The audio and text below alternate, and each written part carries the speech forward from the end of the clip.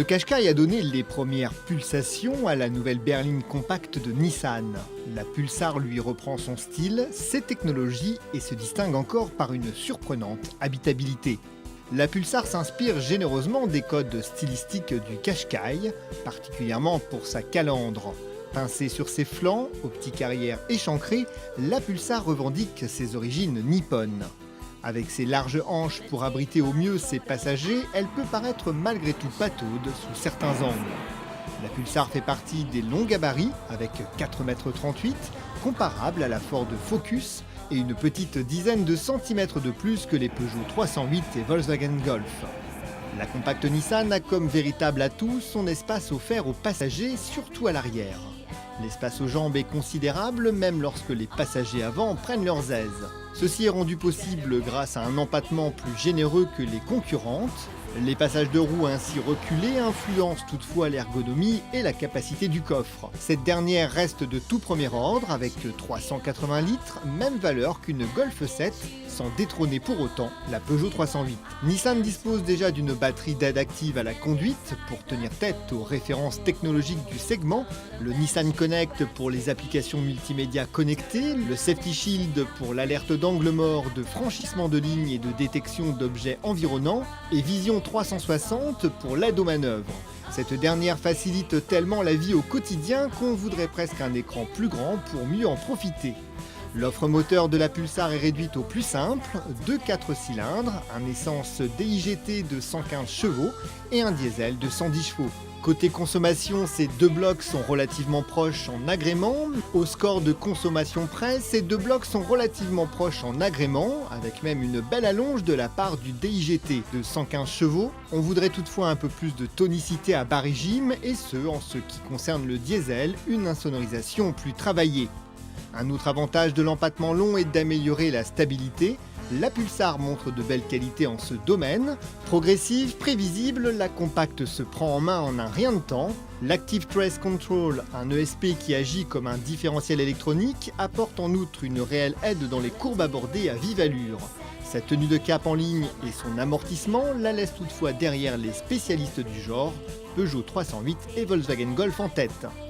À 21 940 € en motorisation diesel, la Pulsar en finition Connect Edition est à privilégier pour profiter d'une dot compétitive, sous réserve d'y ajouter le pack technologique à 750 €.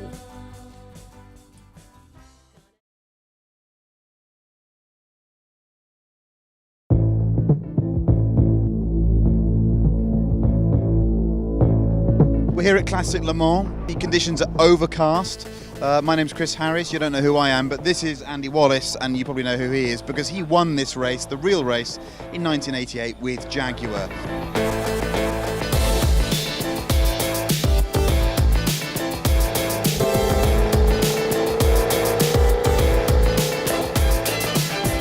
Donc Jaguar est présent pour la 7e édition du Mans Classique avec une voiture extraordinaire, la F-Type Project 7 qui a été présentée le week-end dernier au festival de Goodwood.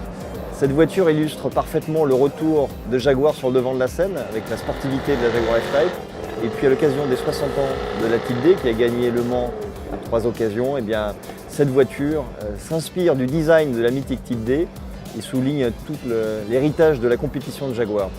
Et c'est tout l'ADN de Jaguar qui aujourd'hui est sur une nouvelle trajectoire et qui annonce l'arrivée prochaine de la Jaguar XE, la prochaine berline sportive familiale de Jaguar.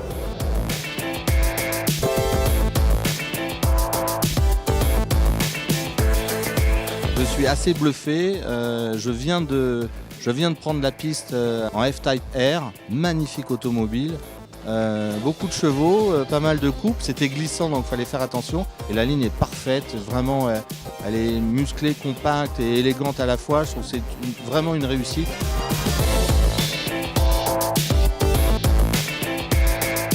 Le dessin a toujours été important chez Jaguar, je trouve qu'il y a une élégance du trait qui est incroyable, et puis des moteurs. Et là, il y a un beau moteur, il y a un beau châssis, une boîte de vitesse séquentielle qui est parfaite, un joli bruit, ce qui ne gâche rien. Donc voilà, voiture passion, voiture plaisir. C'est vrai que la voiture, au-delà du style, a quand quand même un moteur assez impressionnant. Ce côté anglais aussi qui ressort en finition. Un châssis, moi j'ai trouvé très nerveux. Donc beaucoup de plaisir pour faire la route de Paris jusqu'ici. Je pense que la concurrence doit avoir un petit peu peur de ce véhicule.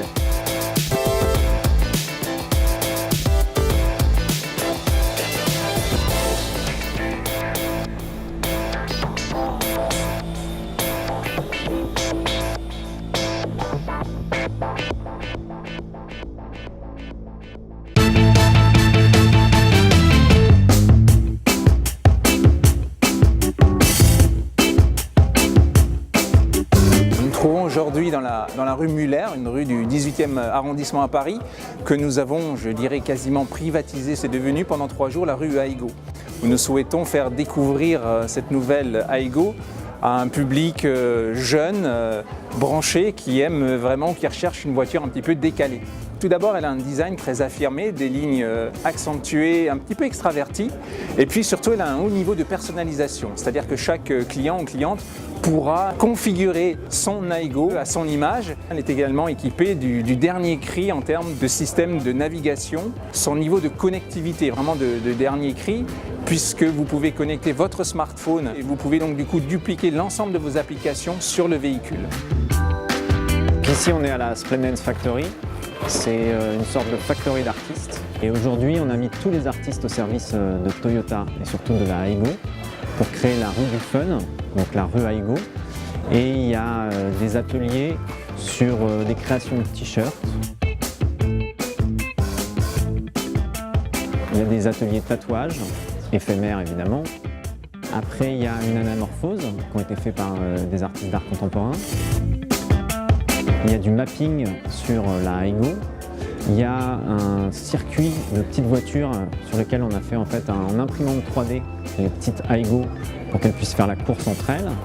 Il y a des jeux vidéo qui sont en 3D avec les dernières télés qui viennent de sortir. Et puis après en fait on passe au reste de la factory qui est plus des lieux grand public. Donc le Rosy qui est un bar un peu convivial où on peut se retrouver, on peut discuter, on peut faire des connexions, etc. Et après on finit au Blue Club où là on a voulu faire encore plus de fun, donc il y a un karaoké fou où en fait on met des petits pièges aux gens pour que ce soit un peu drôle et une salle au ballon avec un DJ qui les fait s'animer.